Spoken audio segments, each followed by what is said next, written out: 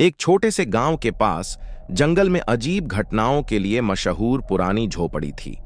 गांव के लोग कहते थे कि उस झोपड़ी में एक पुरानी टॉर्च है जो रात के समय खुद रोशनी करती है और जो भी उसे छूता है उसके साथ डरावनी घटनाएं घटित होती हैं। रवि, एक साहसी युवक, इस झोपड़ी की कहानी सुनकर उसका रहस्य जानने का निश्चय करता है। उसने एक रात लालटेन और अपनी हिम्मत लेकर झोपड़ी की ओर कदम बढ़ाए। जैसे ही वह झोपड़ी के अंदर पहुंचा, पुराने फर्श की चरमराहट और हवा की सिहरन ने उसकी रूह कांपाई। अचानक एक कोने में टॉर्च खुद रोशन हो गई। उसकी पीली रोशनी चारों तरफ अजीब सी परछाइयां बनाकर नाच रही थीं। रवि ने टॉर्च उठाई और जैसे ही उसने इसे हाथ में लिया, झोपड़ी की हवा अचानक तेज हो गई और अजीब आवाजें गूंजने लगीं। रवि ने देखा कि टॉर्च की रोशनी उन परछाइयों को जीवित कर रही थी।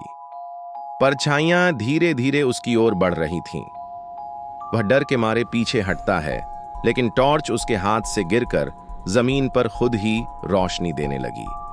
फिर टॉर्च ने अचानक अपनी रोशनी तेज कर दी और एक भूतिया आकृति उसकी सामने प्रकट हुई।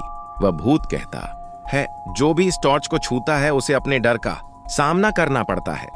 केवल साहसी और निर्दोष ही इससे सुरक्षित निकल सकते हैं। रवि ने साहस जुटाया और टॉर्च को उठाकर झोपड़ी से बाहर निकला।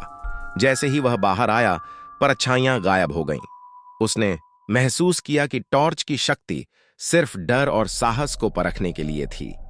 रवि ने टॉर्च को सुरक्षित जगह पर रख दिया और गांव वालों को चेताया कि इसे रात में किसी भी हाल में छूना नहीं चाहिए। उसके बाद गांव में किसी ने भी टॉर्च के पास जाने की हिम्मत नहीं की। लेकिन कहते हैं कि अगर कोई निर्दोष और साहसी व्यक्ति उसे फिर से उठाए तो टॉर्च खुद रोशनी करने लगती है और जंगल में छिपे रहस्यों को सामने लाती है। समाप्त।